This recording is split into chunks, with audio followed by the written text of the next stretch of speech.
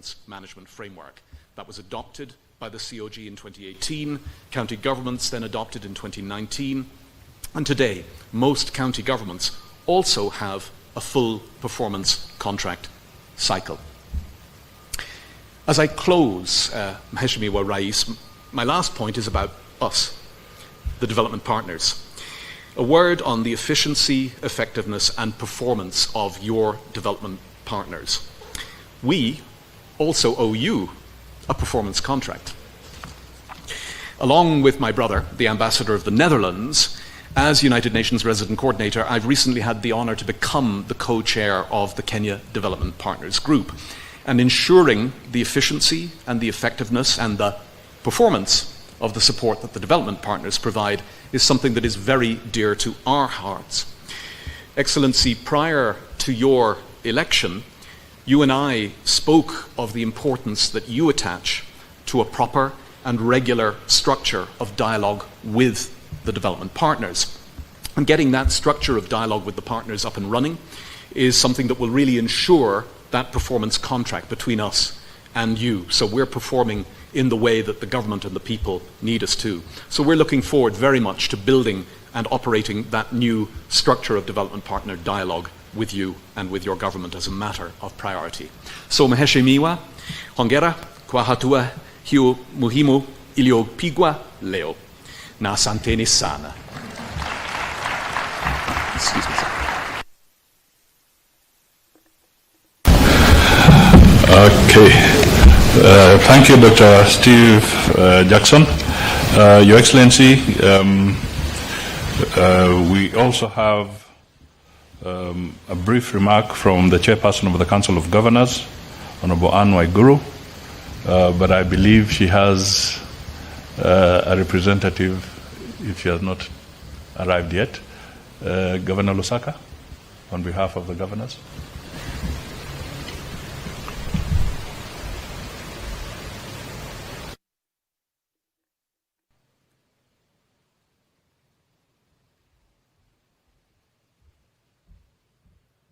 Your Excellency, the President of the Republic of Kenya, Your Excellency, the Deputy President of the Republic of Kenya, Honorable Cabinet Ministers, PSs, distinguished ladies and gentlemen, on behalf of the Chair, who should be around, quite a number who are caught at the gate, Your Excellency, because of traffic, but power abhors a vacuum, and I know they are somewhere, they are held. So on behalf of the Council, Your Excellency, I want just to thank you and congratulate you for this very momentous moment for us. What is measured gets done. And having served as a permanent secretary before, I know what performance contracting means.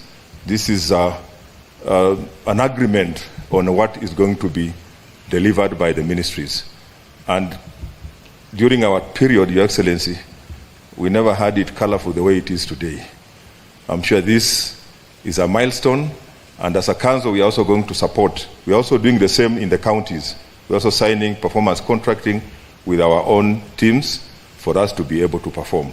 So on behalf of the council, I just want to say thank you and wish all those who have signed their performance contracts, please let it not just end at the signing, but implement what you have signed. May God bless you. Thank you.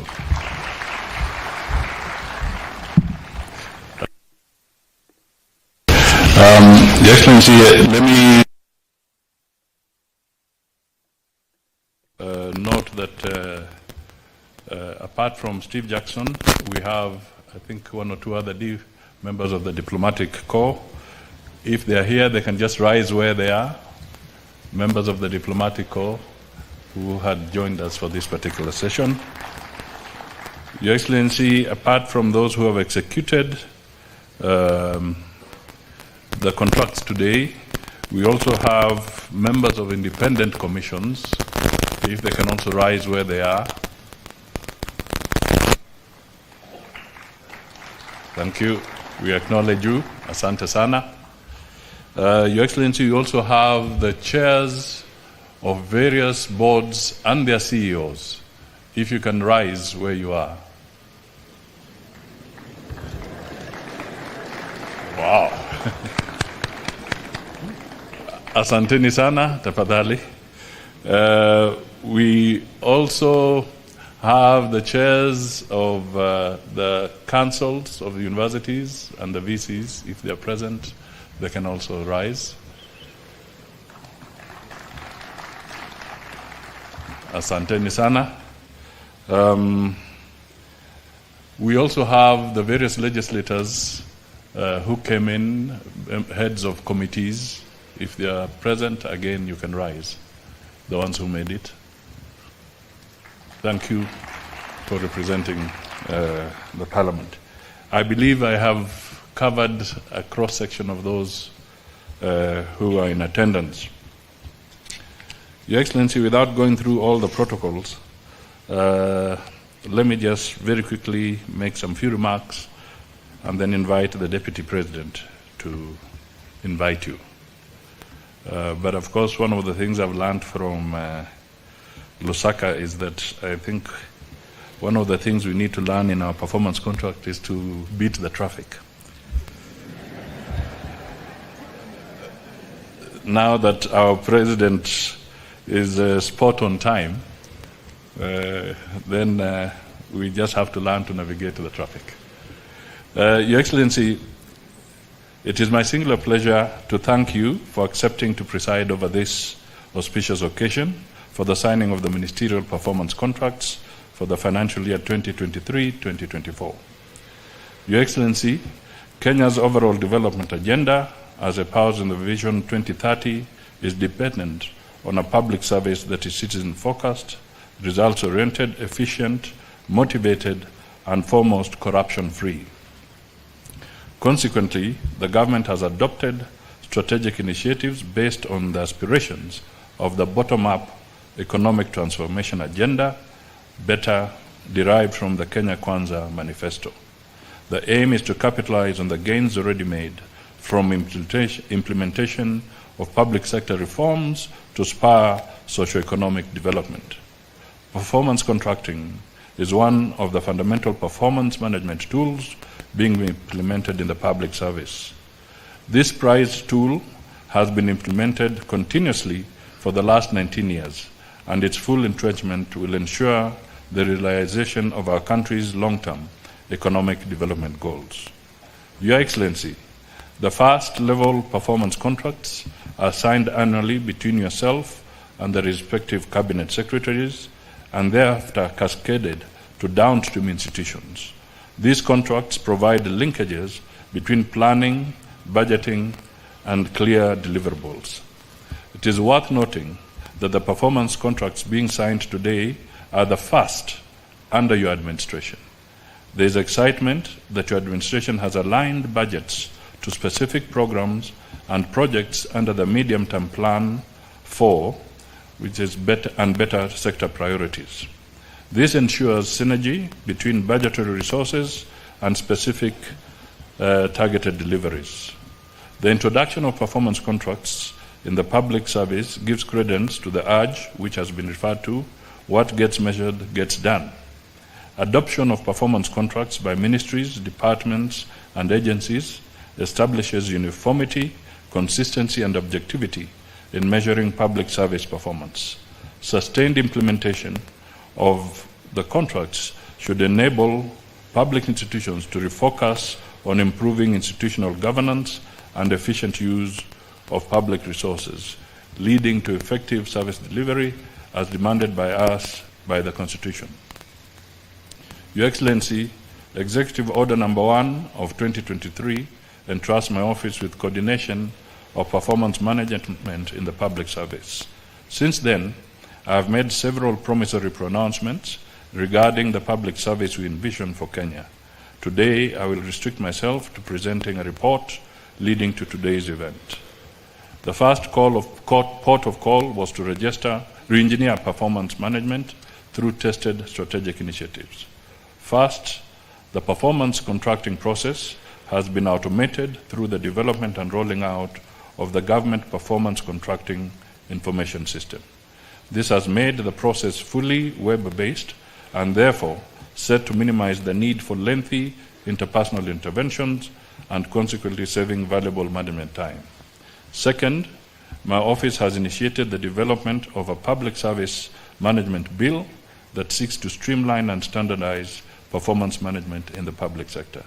It will provide a framework for rewarding meritocracy and performance while fawning on ineptitude and discouraging non-performance. I must add that this is the first time public service management will be anchored in law. The optimal deployment of the human resource in the public service will gain immensely from this bill, as it intends to give legal backing to officers who toil without reward or promotion. Your Excellency, even as we demand optimal output from our public service, we must urgently cure it of lack of career progression and almost lifelong acting in positions. Your Excellency, it is evident that acting in a position for long durations demotivates public service officers. Third, we are currently in the process of developing a public participation bill jointly with the AG's office that aims to reinforce the positive transformation brought about by the 2010 Constitution of Kenya. It proposes to establish clear standards for effective public participation and to create a robust framework for the management and coordination of public participation initiatives throughout Kenya. Cognizance of the constitutional principles and values of governance, the proposed bill seeks to place the citizens at the heart of governance processes, thereby ultimately promoting more inclusive and accountable governance. By doing so, we aim to strengthen the state-society relations and ensure that the voices of citizens are actively considered in decision-making processes. Your Excellency, the background to this is that in tandem with performance management, public sector reforms are vital to a government that is responsive, efficient, and citizen-centric. These reforms aim to transform our public institutions, streamline processes, eliminate bureaucratic hurdles, and enhance governance and service delivery. It is clear in my mind that by undertaking these reforms, we are creating an enabling environment that fosters economic growth, attracts investments, and improves the quality of life for all Kenyans. However, to effectively implement performance management, productivity mainstreaming, and public sector reforms, we must adopt a multifaceted approach, embracing a culture of continuous learning, professionalism, and perfection will enhance effectiveness and efficiency in MDAs.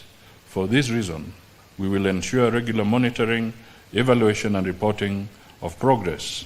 This will enable us to identify areas in need of improvement and take corrective actions. Furthermore, transformation of performance management will create efficiency through investment in state-of-the-art technologies, providing training and capacity building opportunities. It will augment a culture of collaboration and knowledge sharing and shear off the existing silo mentality. By harnessing the power of digital transformation, we can automate processes, reduce redundancies, and maximize productivity. This brings me to the issue of corruption. Your Excellency, the public is tired of our persistent appeals, pleas, demonstrations, and threats against corruption. It is time to act and act decisively to end this scourge, especially the temptations in the public service. As the executive, we are ready to do our bit. The Auditor General, the control of budget, churn out disturbing revelations about blatant theft of public resources. These reports are invariably confirmed by Parliament. The question is, where is the missing link in bringing culprits to account? Your Excellency, we must require all agencies in the criminal justice system to save us the agony. They must do Kenyans justice, and this is not weaponizing state agencies against anyone. All we are asking them to do is work without doubt, fear, or favor. Your Excellency, your firm hand here is most critical.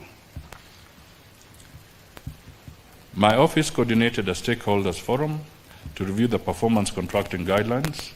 There was unanimous consensus that we refocus MDA's performance contracts to deliver more on their core mandates.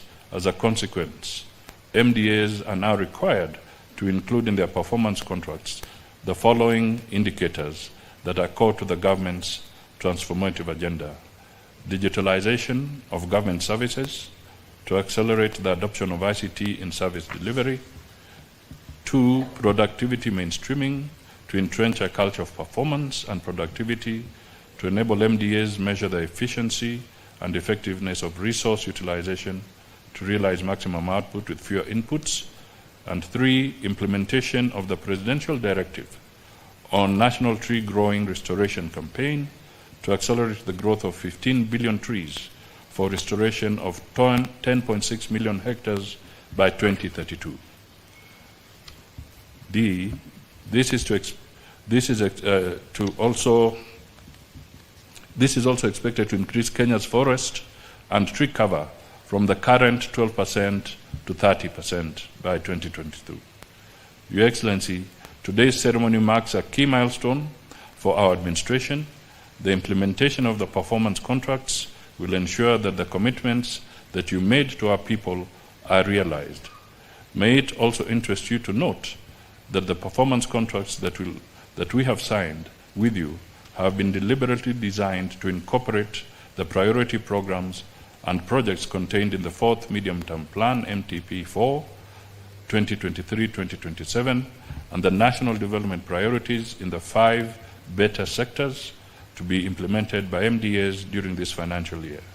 The remaining performance contracts will be finalized, signed, and cascaded to other levels to facilitate timely implementation of commitments captured in the contracts for this financial year.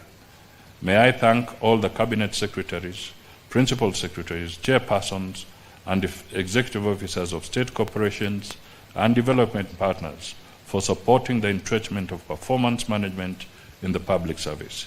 I assure you that I have not taken your support for granted, and it will not be in vain. In conclusion, Your Excellency, I do recognize your immense support in the institutionalization of performance management in the public service, which is core to the realization of a citizen-centric public service. I thank you. It is now my singular pleasure to invite Your Excellency, the Deputy President, to make your remarks and thereafter invite His Excellency, the President.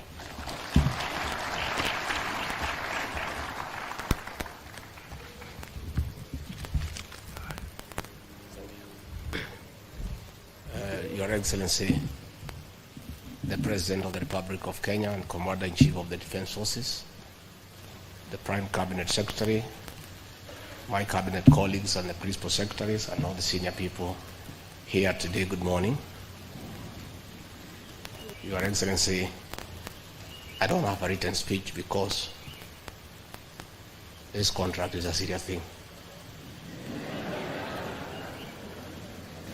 And you need to think very through what you have signed. And Your Excellency, on behalf of this team and those who work under you, I want to thank you for the privilege to serve. Among 50 million Kenyans, you chose a few of us, very few in terms of percentage, to assist you in the management of the affairs of this country. Your Excellency, you have a very high expectation of all of us, just like the people of Kenya have. The President of the Republic of Kenya, seated here today, signed a 5-year contract with the people of Kenya, subject to renewal on performance and subject to termination on non-performance. As a Deputy President and Principal Assistant, I can tell you today, the President has no intention whatsoever to have his contract terminated by the people of Kenya. His very intention is to have it renewed, and therefore those working under him must perform and perform efficiently. So on a day like this, what I have seen this morning, I'm a bit worried. The day you are signing performance contracts is a very important day. because it marks the beginning of performance. Mimi najua ni mzee hii boma hapa ya nyumba kumi hapa kwa hii Ikulu. Nataka nimwambie siri kidogo tu, especially those of us who came with the president from the political space and who are his friends, and we assisted him to become president. Once he gives us a job, that is the termination of that friendship. The friendship with the president will be based on nothing but performance. Performance. And me, I know. Mimi masomo yangu yuko chini kidogo, lakini I know a few things. Mimi, I know my relationship with the president is not based on my 20-year friendship with him, and I assisted him in the campaigning. It is based on performance. And I know if I don't perform, that relationship will be strained. I want to urge you today when he's here, please perform. Perform. Because the president has a performance contract with the people of Kenya, and it is your performance that will assist him to fulfill that contract. So let us all do what we have to do, and let us be efficient. When I joined the Kenya School of Administration, in those years we were taught the worst style in management is management by crisis, known as firefighting. That is what most of us have been doing. You wait until the last minute, there's a deadline, is when you are running around. Your Excellency, before I call you, I just wanted to comment about one matter. Last week, you took a decision to limit foreign trips by all these people sitting here to a certain number in a year, which is very unfortunate. That should not have been the case. People should have regulated themselves to travel when it is necessary. But because of the opulence, that all ministers and PSs were out of the country most of the time, the president had to put a stop and say you can only do so much. And sometimes I wonder, why do you have to honor every invitation that you have been given to every country? Your Excellency, at times we have tried to hold cabinet committees, we can't. 5, 6, 7, 8 ministers are out of the country. Some change clothes at the airport from one country to another. That is the truth. Why can't you regulate yourself? If the president was to travel and honor every invitation, he will be out of this country the whole year. You just have to decide what is useful and other things you can leave to our ambassadors out of the country. Please let the president not limit your travel. Just be responsible. You have a work to do, and the work is here in Kenya. Again, Your Excellency, we have done so much as an administration, but the information is not out there. Our ministers are quiet. They are called for TV interviews, they don't show up to say what they have done. And then the media have a field day because nobody talks for government. I would rather we spend more time explaining to the people of Kenya what we have done in our respective dockets as opposed to travel. And if we have to travel, let's travel up country to where wananchi are and explain what we are doing.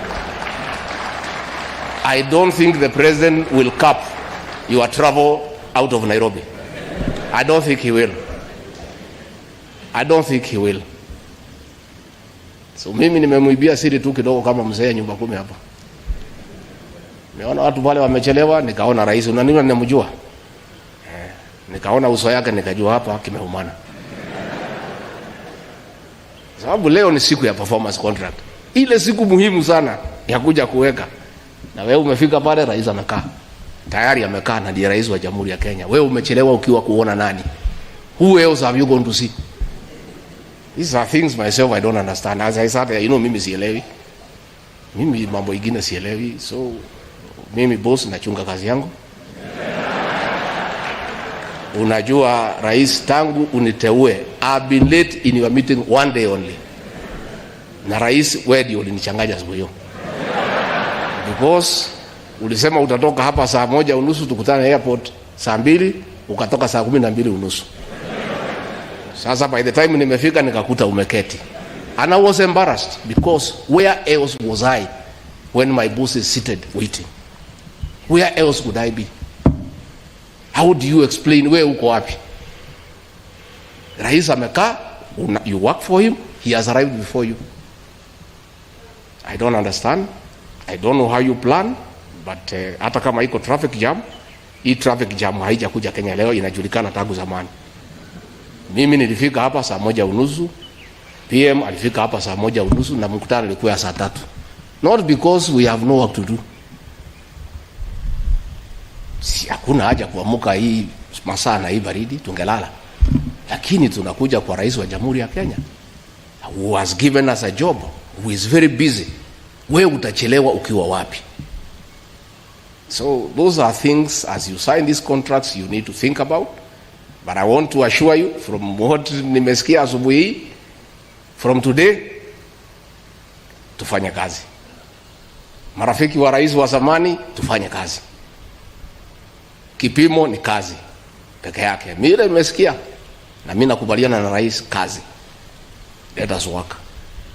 Let us do what we need to do to help the president. And he has set the pace.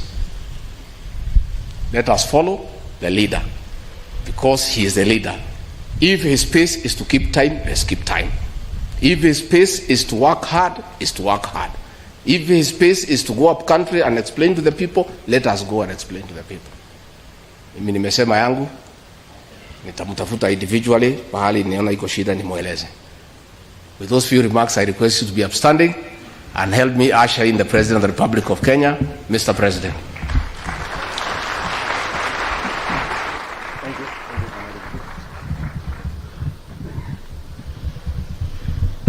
Thank you very much. Let's take our seats. Asanteni sana.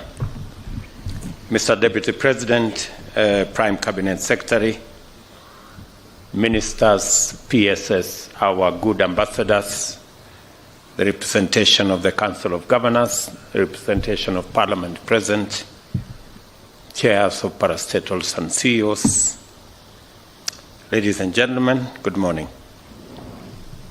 I welcome you to this very important occasion of signing our performance contracts. As has been said, the people of Kenya are the ultimate employers of all of us. They pay our salaries, they pay our allowances, and because they do, they legitimately demand of us that we meet our commitments, that the program that we sold to the people of Kenya, we keep, we perform, we implement, and we actualize what we committed ourselves to. Let me say that before I make my statement, that there are two fundamental things that I want us, the people who are the senior-most members of our administration, that we have a historic moment as a country to make Kenya the great country that we always wanted it to be. We've discussed, there's been many analogies as to what countries that started with us. We've discussed about Malaysia, we've discussed about Singapore, we've discussed about the Asian tigers, and we have made all manner of references. I want to say that this is the historic moment for Kenya to be the great nation that we always wanted it to be. And history has given us the opportunity, those of us seated here, to be the men and the women that will bring the greatness of our country to where it is and to where it should be. It's a very defining moment from where I sit, because I see the great opportunity for our country. And that is why, for the first time in Kenya, we are in the midst of the most vigorous national debate in our nation's democratic history. For a few years now, the cost of living has been an oppressive yoke around the necks of most Kenyans, and its most punitive effects have been felt by vulnerable people, most of them at the bottom of our economic pyramid. The COVID-19 pandemic, for example, not only brought home the intense local impact of tremendous external shocks occasioned by disruption of international supply chains and markets, it also revealed the limitations of the prevailing economic model and exposed the full extent of the nexus between the state and citizens. For those who had jobs, majority of whom were in the informal sector, the prices of essential commodities rose beyond the purchasing power of their incomes, demonstrating the precarity of the majority of our people's livelihoods, and serious illness brought with it the ever-present threat of poverty arising from exorbitant medical costs. Although there was opportunity to use the COVID-19 downtime to increase agricultural productivity, subsidizing farm inputs was not a priority compared to vendor-driven pandemic-related expenditure, which eventually failed due to wastage, corruption, non-performance, and delays. Other measures and programs undertaken during this time exacerbated the suffering of Kenyans at the bottom and made many people question the priorities of their government. This was the beginning of the national conversation that subsists to this minute and has anchored robust engagements which defined the last election and subsequent political and policy discourse. The primary bone of contention is, who does the government work for?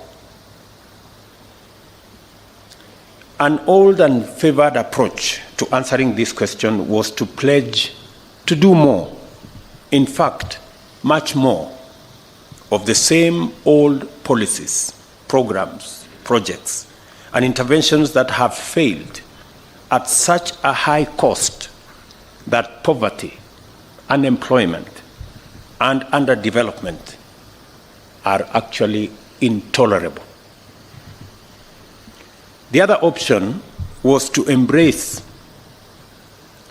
a bold new vision and undertake ambitious interventions aimed at transforming the country's economy by creating jobs, increasing incomes, while ensuring that food, shelter, and health are available to everyone, especially those of us who are not privileged. I say this in reflection because a trend was created that using other people's money, which is debt, is a very innovative way of delivering government programs, which is the biggest fallacy, because as a result of using other people's money and contracting debt left, right, center, front and back, we drove our country almost to the brink of debt distress. And it became our first assignment to steady the economy of our country and to pull back our country from going over the cliff. I am very proud today that almost a year in, our economy has steadied.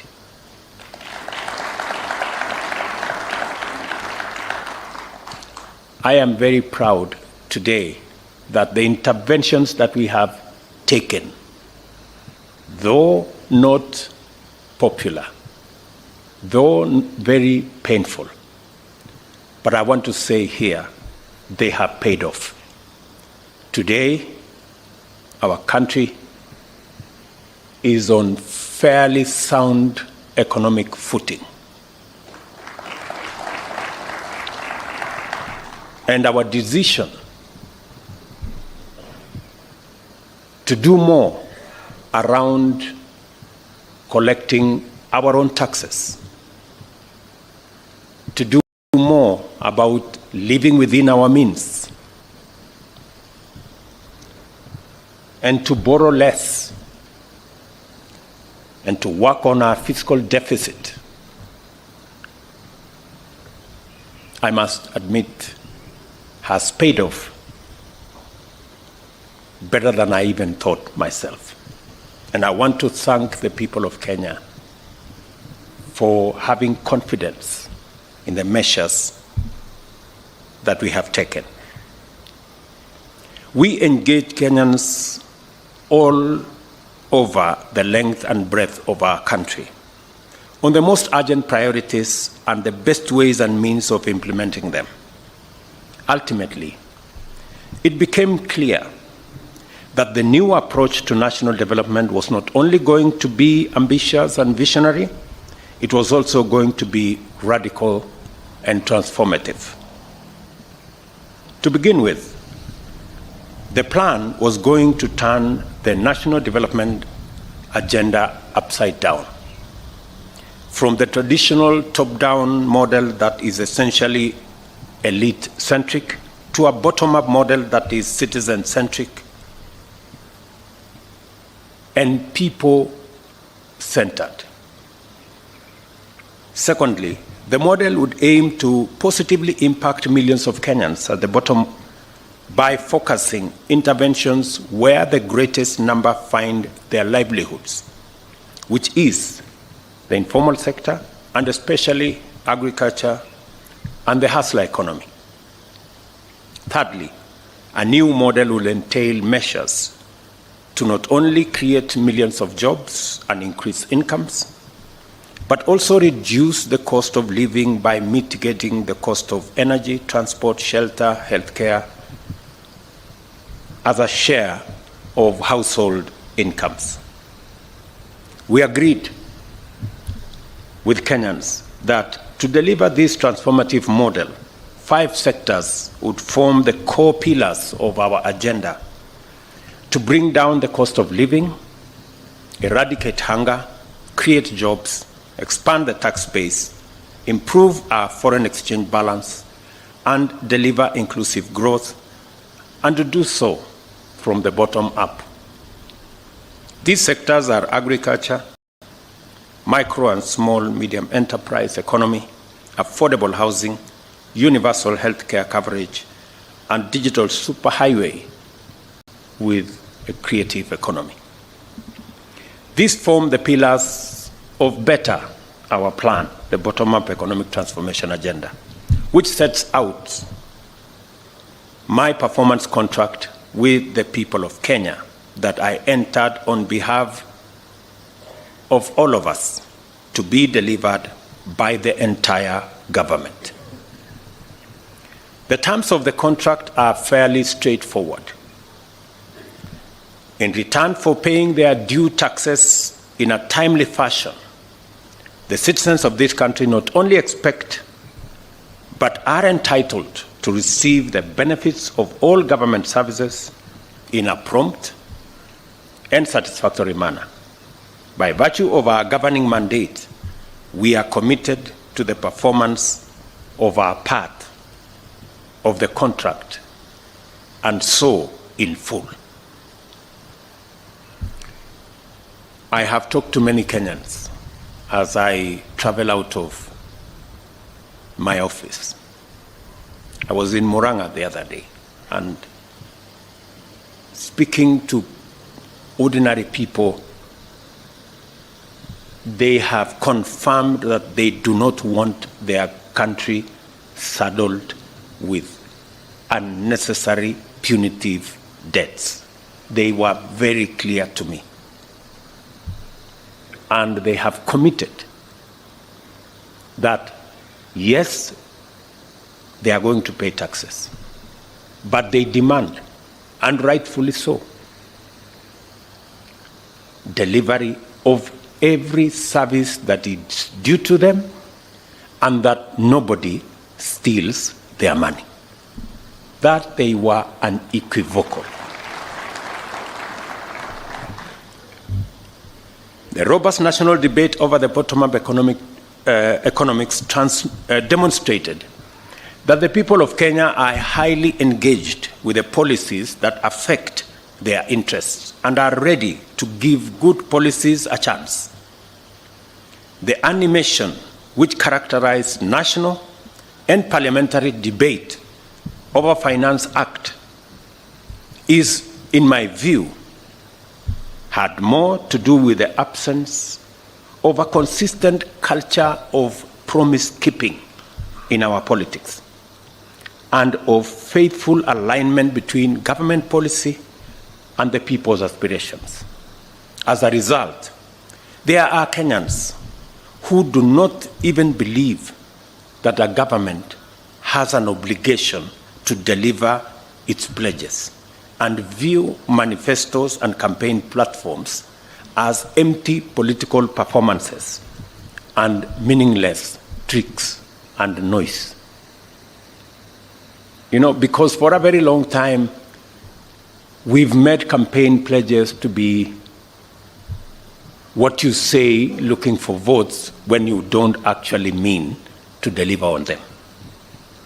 In fact, there are even leaders, including members of the clergy, who have been sympathetic and tried, with the best intentions, to suggest ways of enabling the government and myself to run away from some of the commitments we made in the campaigns. Some clergy have said, I think it's okay. You made a promise, but it's difficult to keep, so just, you know. And it's because of the culture that has been built. Many people did not believe that we are going to have a hustler fund. Many people did not believe that we are going to reduce the cost of fertilizer. Many people did not believe that we are going to hire 55,000 teachers in under 1 year, because commitments, promises have been made with no intention to keep any of those promises. And I see the difficulty that people have when we have to make difficult decisions. They think that we have overcommitted ourselves. I want to tell the people of Kenya, the commitments we made, the promises we made, we will keep each and every one in full.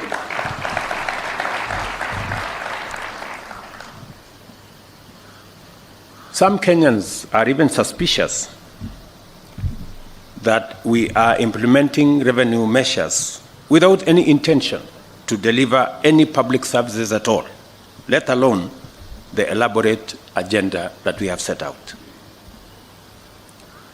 While I appreciate the goodwill and concern, I wish to state in no uncertain terms, in order to clear any confusion and to give comfort to all Kenyans, that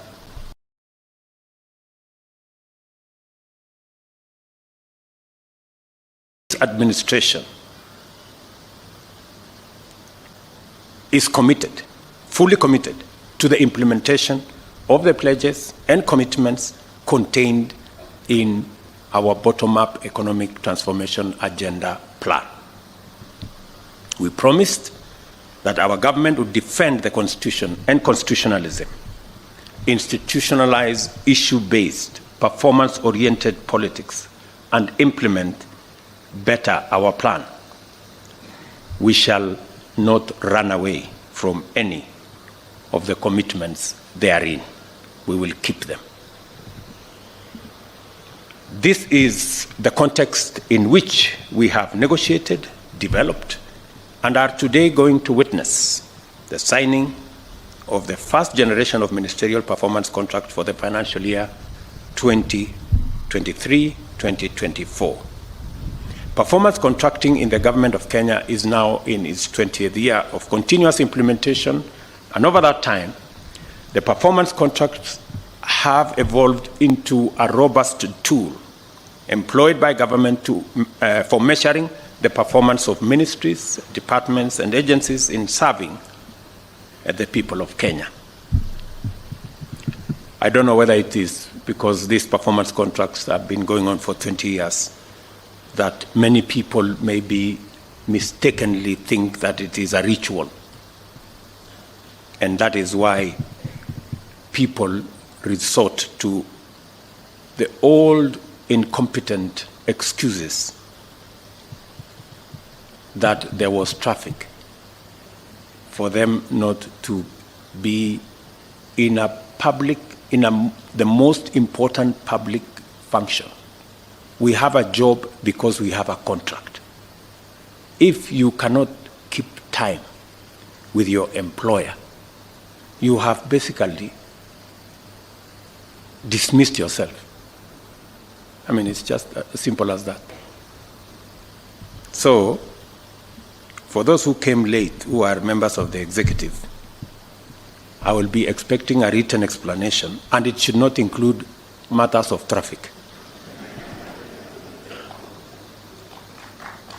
on why they do not take these performance contracts seriously. Because if you do not take this performance contracting seriously, it means we do not take the contract with the people of Kenya on performance seriously. And that can be a very serious indictment on anybody.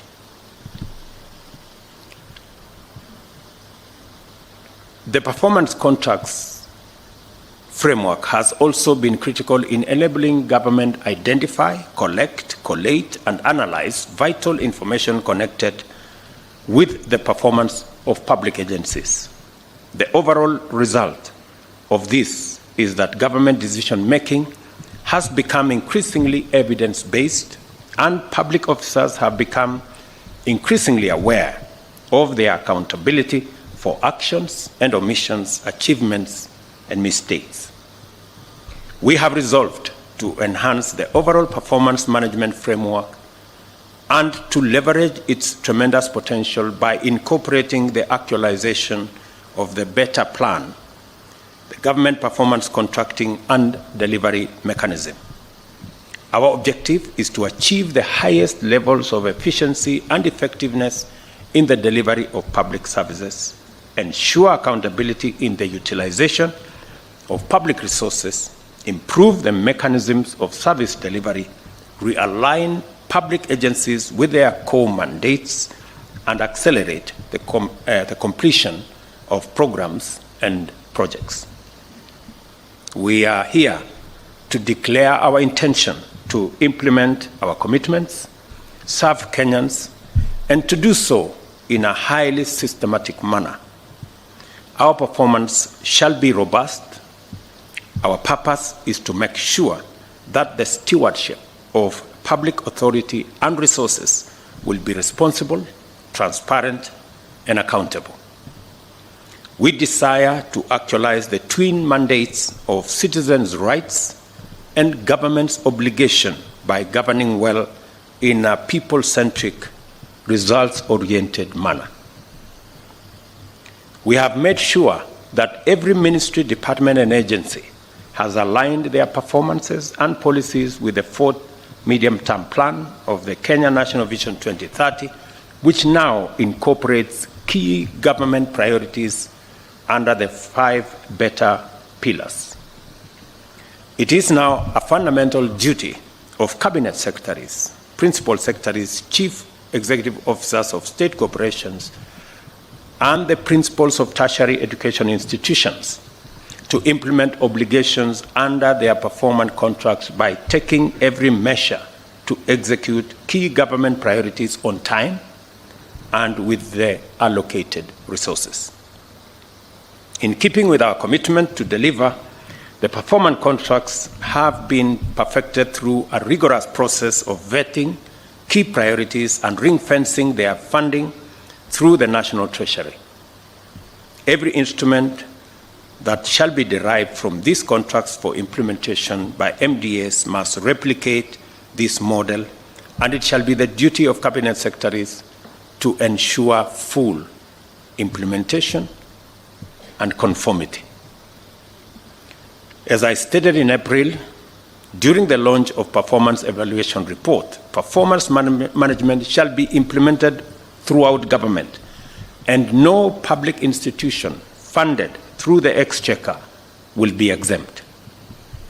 You will recall that in our manifesto, we set out the principles that would guide the implementation framework of the bottom-up economic transformation agenda, which is prioritization, sequencing, and financing. Today, we are translating this aspiration to actionable instruments and at the same time unpacking them into the following commitments. Absorption of allocated funds, including externally mobilized resources. And we have indicated in the performance contract, which every minister has a copy, and I also have a copy. So it will be easy for us to know who is doing what and who is not doing whatever. Measures to reduce the levels of pending bills. You know what we need to do about pending bills. Digitization of government services. I already asked every minister, every PS to make sure their ministries, state departments, parastatals, agencies under them work with the ministry responsible, ICT and Interior, to make sure that we move all government services to the digital platform for purposes of efficiency, for purposes of ease of delivery of those services, and making sure that all public resources are accountable, are accounted for.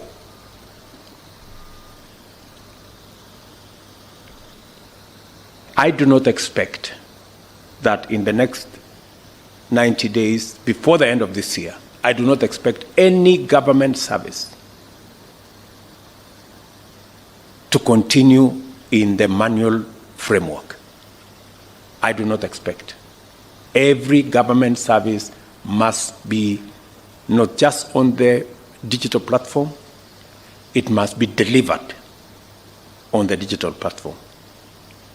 From first today, I do not expect any other pay bill for any government agency except what we agreed, a government pay bill that will be manned by Treasury. I hope we are all clear. We did agree that all other pay bills will be shut down. And if there will be one that will be operating after today, let me not say beyond that, right? Because for purposes of efficiency, we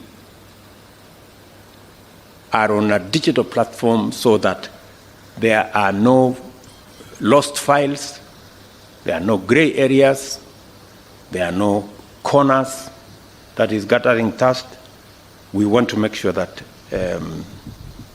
we can demonstrate productivity. It's also important that we complete projects. We have projects in ministries, in state departments that are 20 years old. I told the Ministry of Housing, we have markets, 180 markets that were started 15 years ago under the ESP program. We have now committed resources this year. All those markets should be completed as a priority in the next 1 year. All those markets should be ready. Matters environment are going to be front and center of what we will be doing as well. So the National Tree Cover Restoration Campaign is part of the delivery of every ministry and state department. We are looking forward to working on internship and industrial attachment. Again, the ministry concerned, we have agreed on what to do. This was our intention 5 years ago, but it was not delivered because of the old culture of making commitments that we didn't have any intention to keep. On internships this time around, we must keep our commitment. I have already engaged the private sector. We have agreed. Government is going to deliver progressively to 20,000 internship every year. The private sector have committed to me that they will deliver up to 50,000 internships every year. We want to see how we can grow this to 100,000 and make sure that we give a chance to many young people coming out of college, coming out of our universities, to practice what they have learned, either for a year or 2 years, acquire some experience, and find their way into employment and also into the market. Access to government procurement opportunities by young people, women, and persons living with disability.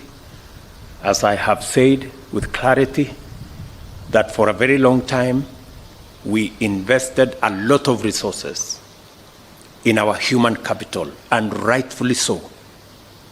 This year, we have committed 628 billion Kenya shillings for the education of the people of Kenya. That is huge resources. We are deploying additional resources in the hiring of additional teachers. We're deploying additional resources in making sure that we deliver on our TVET program.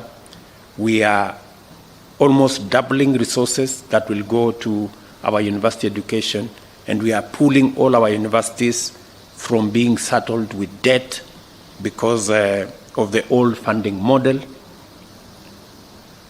But different from the past, this year, we not only have a program on education and training, we also this year have a program on what happens when our children come out of college, come out of school, and come out of our universities. That's why we have clarity on how we are going to create jobs this year. We have clarity that we are going to have a clear plan on how to create jobs. And I expect that every ministry and every department will be aligned. Whether it is our housing plan to create 1 million jobs, whether it is our digital space and digital jobs and Ajira and ICT hubs to create digital jobs, whether it is the Ministry of Labor working with the Ministry of Foreign Affairs and all other departments that work with human capital development in that space for our foreign employment opportunities, targeting another 1 million or so jobs. That whole ecosystem is now going to be part of what we must deliver as government. We must deliver the jobs as much as we are delivering on education and training.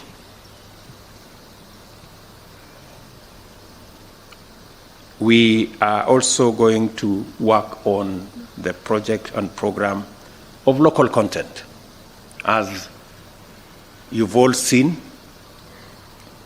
we've talked about Build Kenya, Buy Kenya, Build Kenya.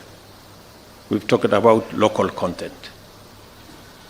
For the first time in this year's finance bill, we are making fiscal intervention to make sure that we expand our manufacturing as a percentage of GDP in our country by deliberately discouraging imports that we can produce locally, whether it is cement, whether it is steel, whether it is furniture, whether it is fish, and all the other things that we've always imported when we can manufacture them locally using local talent, local expertise, local resources, and building our local manufacturing and industrial capacity. I am very proud that we are now moving in that direction as part of what we must do.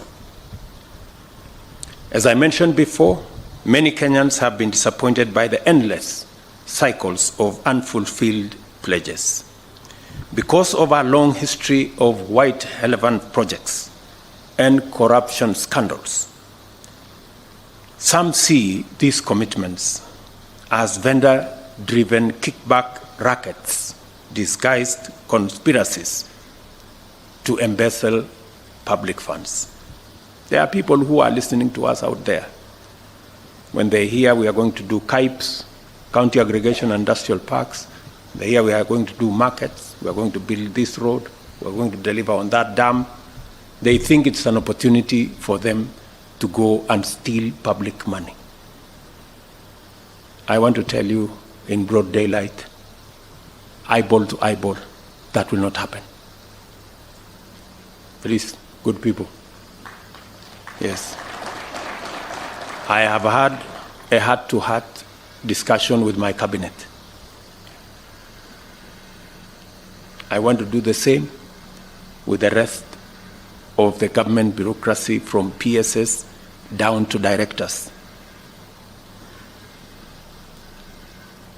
It will not be business as usual. I made a commitment to the people of Kenya that there will be no money to steal. There is only money to deliver on the programs, on the projects, on the aspirations of the people of Kenya.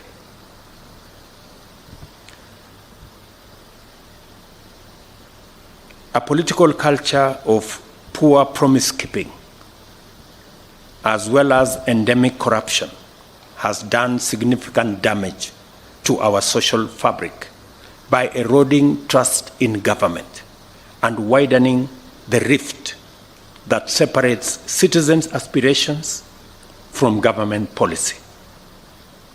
We cannot afford to wait and see where this road may lead, because it has already brought us to a very terrible place. It is time that this comes to an end once and for all. And I promise you, it will come to an end. For those who have engaged in corruption incorrigibly, because I know, for example, the people in the procurement space. There was one lady in one of the roads departments, corrupt to the core, to the extent that she could not be transferred by anybody, even by the minister, because if she was transferred, she will go to court, by the court process, and make sure that she's returned. That is the kind of chronic where corruption has taken us. I hope Mr. Kipchumba Murkomen and Bwana Mbogwa, I hope that lady no longer works for the government of Kenya. Yeah. We cannot have such. There are people who have made government offices their private property. You try to transfer them elsewhere, they go to court, they go to some agency, you find them back. It will not happen. Yeah? Those kind of things, we must put them behind us. We are servants of the people of Kenya. We are not their masters. And we serve at the pleasure of the people of Kenya. We don't serve at their mercy. So it's going to be different. It is going to be different. I promise you it's going to be different. And it's not going to be business as usual. And we are not going to wait until public money is lost. The moment there is signs that you have intentions of doing something, we will deal with your family and summarily. And because we have enough people in Kenya who can do these jobs. Under our new bold vision of radical transformation, we must simultaneously implement policies, programs, and projects to achieve inclusive growth, and at the same time undertake robust measures to eradicate corruption, wastage, and inefficiency. I have given my solemn undertaking to protect public resources during my term in office. I shall be held to account for the good performance of our country, delivery of our commitments, and the stewardship of public resources. I intend, by all means, to keep a good account of each of these mandates. I ask for your assistance, and all of us to commit to make sure that we don't disappoint the people of Kenya. In order to do this, I shall hold every officer serving in government, beginning with you people seated here, to account for both their performance in service delivery and stewardship of public resources. I shall deal with cases of negligence, misappropriation, embezzlement, theft, or rather misconduct or corruption in relation to public resources summarily and decisively.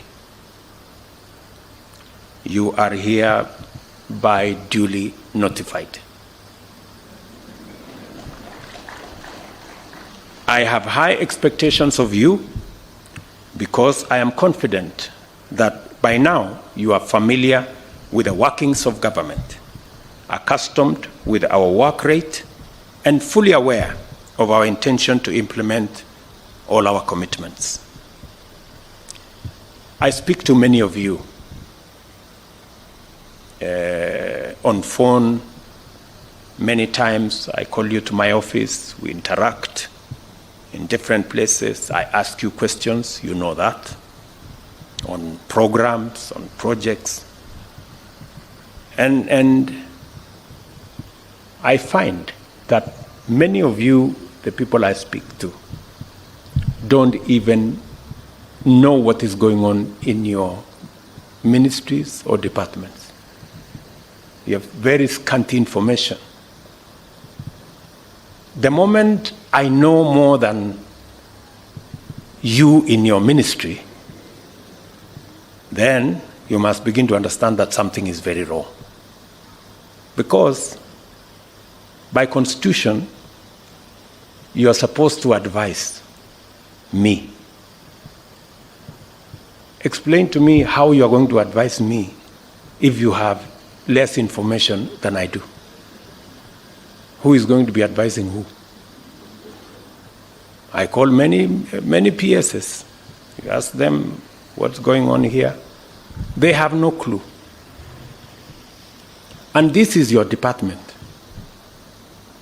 That is the job that you have. You are not a messenger. You are not a security person. You are not a photographer. You are not a watchman. You are the PS or the minister. And the job of the minister and the PS you don't know, or you don't have information. How do you run a ministry or a department or a parastatal if you have no information?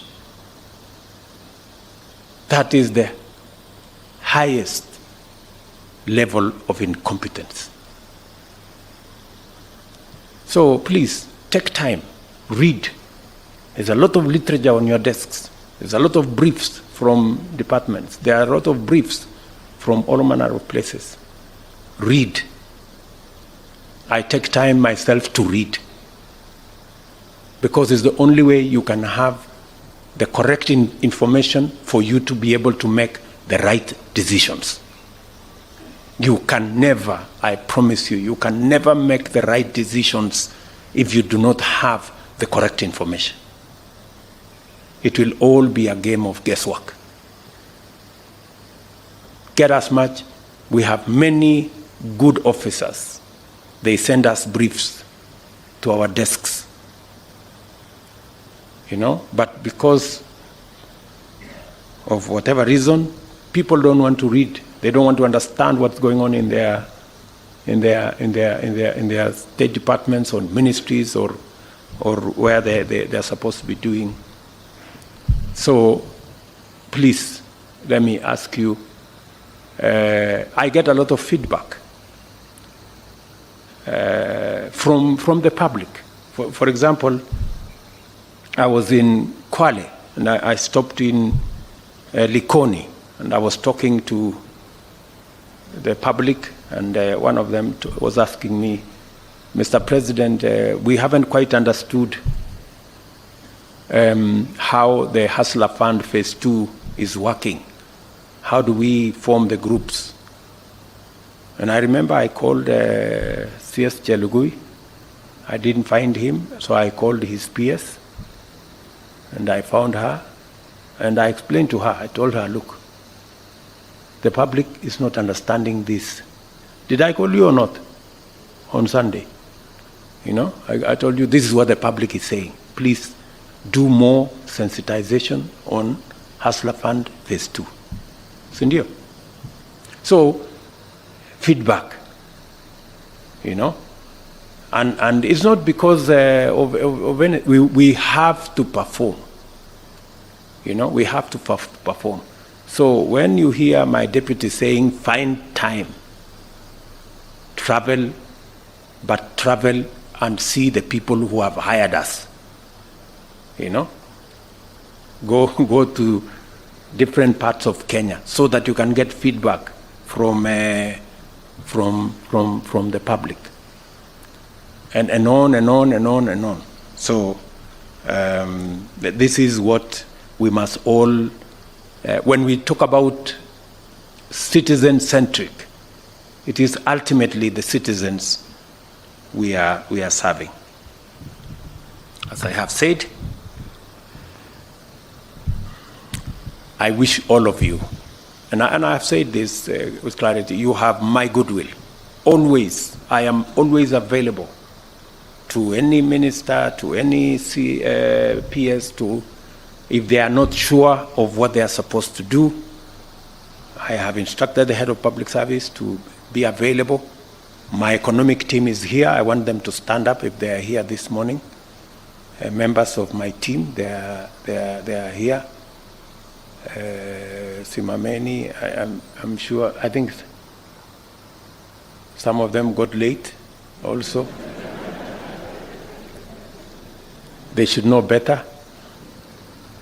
So I have deployed a whole team of almost 10 people to assist every state department, every ministry, whenever things are not clear, they are not aligned, you are not sure what our commitment is, they are ready every day with an appointment. You will go through with them. If it is necessary, I normally come in there and we go through the numbers together, we go through the interventions together, we look at how best to deliver, because we are one team. You know, we are one team. And my economic team is not interested in running any ministry. And I have explained this to ministers. They are not interested. They are not in competition with anybody. They just want to assist you to succeed, because in your success is our collective success. And in our collective success is the success of our country. All of us must work together. I expect that the other arms of government will work with us in a collaborative manner. Everybody and every arm of government discharging their responsibility. We will be supportive of the other arms of government to the extent that we can, within the provisions of the law. I remember on my first day on the swearing in into office, I made a commitment that our country is going to be anchored on the rule of law. That rule of law is going to be front and center. And that is why we got rid of the culture of extrajudicial killing. And we disbanded the notorious criminal gang that was in the police that presided over those criminal activities. And I intend that the country will continue in that trajectory of the rule of law. I dare say that we did not get rid of extrajudicial killings that caused the loss of close to 200 Kenyans, that ended up in Yala River, that ended up in Tana River, that ended up in Aberdares, so that we can entertain another culture of impunity, of past, present, and other leaders using violence as a currency for politics in Kenya, and in so doing, occasioning the loss of life of other citizens. That cannot be. The same way we said no to extrajudicial killings, we have said no to violence as a means of politics in Kenya. We can discuss all other matters, but violence must not be in the equation of our politics as a country. And so tuendelee namna hiyo, tuko pamoja kabisa. Mimi nawatakia heri sisi wote tulio hapa. Vile nilisema pale mbeleni, tuko na nafasi mzuri sana kama taifa kubadilisha taifa letu la Kenya. Na sisi tulio hapa kama viongozi wa serikali kwa sasa, tuko na jukumu la kihistoria ya kubadilisha Kenya.